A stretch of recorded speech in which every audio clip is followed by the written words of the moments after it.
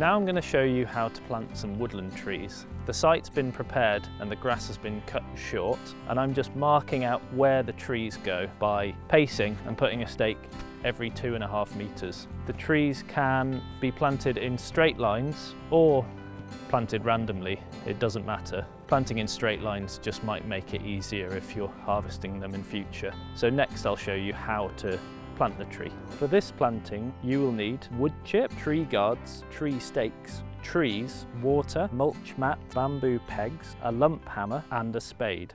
Your woodland trees will arrive wrapped in a bag which covers the roots, keeps them out of sunlight and out of the wind so that they don't dry out. It's really important to keep the roots in the dark and out of the wind so that they have the best chance of survival.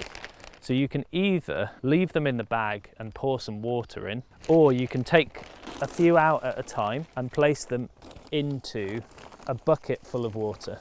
Doing that just before planting keeps the roots nice and moist. I'm going to prepare the ground before planting by doing something called screefing, which is just flipping over the top layer of turf.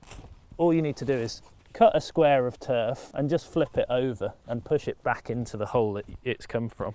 That just interrupts all of the grass growth around the base of the tree and stops grass growing up the tree tube. So I'm going to be planting a woodland tree in a 1.2 metre tree tube. That tube will just protect it from browsing by roe deer. If you have other deer species like red deer or fallow deer, you need a larger guard. So I'm going to be planting an oak tree. This one has relatively small roots, so they're not sort of woody and spreading quite widely. But I'm going to show you how to plant it if the roots were quite big so that you're able to plant really rooty trees. So the easiest way to plant them is just make a notch by wiggling your spade back and forth. But with a really rooty tree, you make a T shape and then lever the notch open so you have a kind of wide gap to fit your tree roots into. So with the spade in there, you'll be keeping the gap open, and then as you remove the spade, the gap will close up. You want to make sure the tree's not planted too deep, so the roots are just below the surface of the soil, but you're firming it in, making sure that there's not lots of air gaps for the tree roots to go into.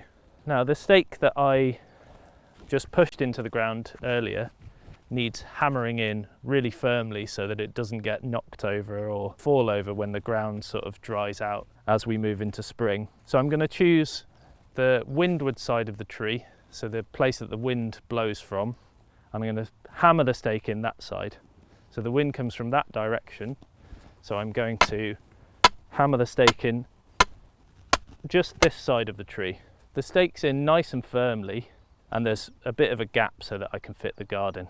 Before you guard the tree, you need to put a mulch mat around the base of it. This just helps suppress grass growth, which competes with the tree for water and nutrients. The mulch mats have a slit in them.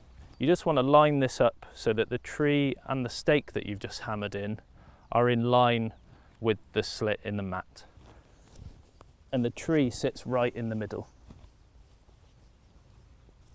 In order to secure the mulch mat to the ground, we have some bamboo pegs which, placed at each corner, will keep the mat firmly on the ground and suppress the grass growth. So you can hammer this in or just push it through, although the mats are quite tough, so I find it easier to use a lump hammer.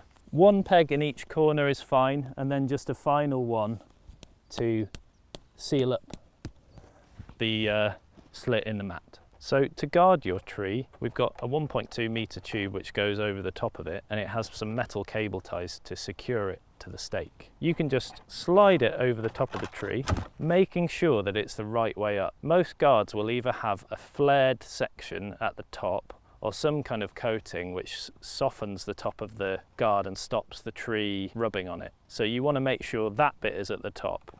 You can often also tell because the cable ties are closer to the bottom at the bottom of the guard. You want to line it up so that it's flush with the flat side of the stake. You don't want it to be on the corner of the stake because it could blow around in the wind, which instantly loosens the cable ties. So line it up flush with the flat side and it'll be nice and secure. You can then wrap the metal ties around, just ensuring that the guard is nice and secure.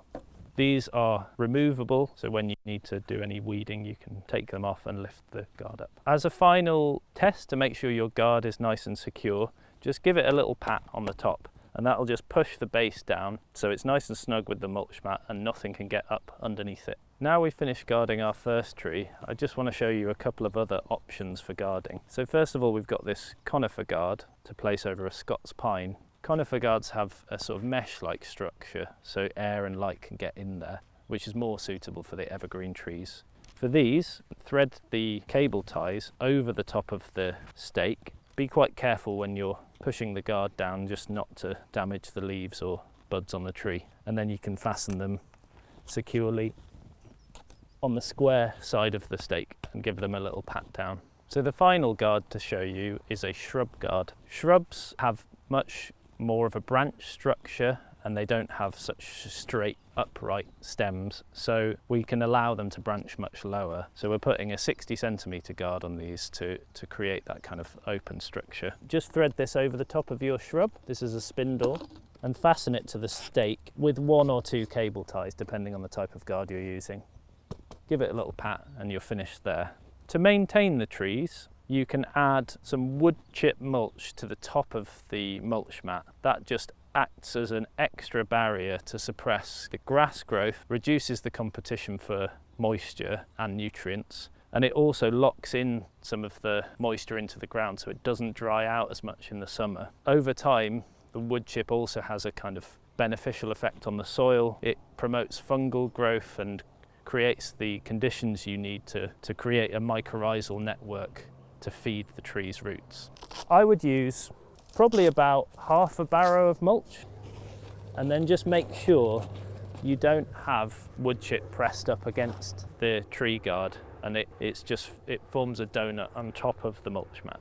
So to maintain your trees going forwards, you can come back in the summer and hand weed out any grass that's growing through the trees and top up the woody mulch if you have access to it. Watering shouldn't be required for a tree of this size. Over time, some of the trees will die just due to the sort of variable conditions in the soil. In the autumn, just before the leaves have fallen, come round and check if any of the trees have died, and then mark those trees with some spray paint either on the guard or on the stake so that you can come back in winter and know which trees need replacing. So that is how you plant a woodland tree that will thrive into the future.